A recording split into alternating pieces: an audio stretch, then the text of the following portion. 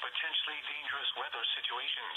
Specially built receivers can be automatically activated by the signal to warn of the impending hazard. Tests of the signal and receiver's performance are normally conducted by the National Weather Service each Wednesday between 10 a.m. and noon and between 6 and 8 p.m.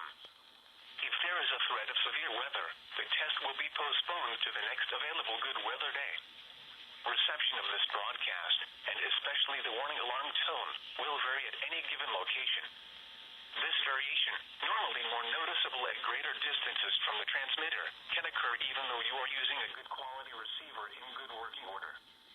The warning alarm tone will be activated for hazardous watches and warnings for the following counties: Collin, Dallas, Denton, Ellis, Hill, Hood, Hunt, Kaufman, Parker, Rockwall, and Tarrant.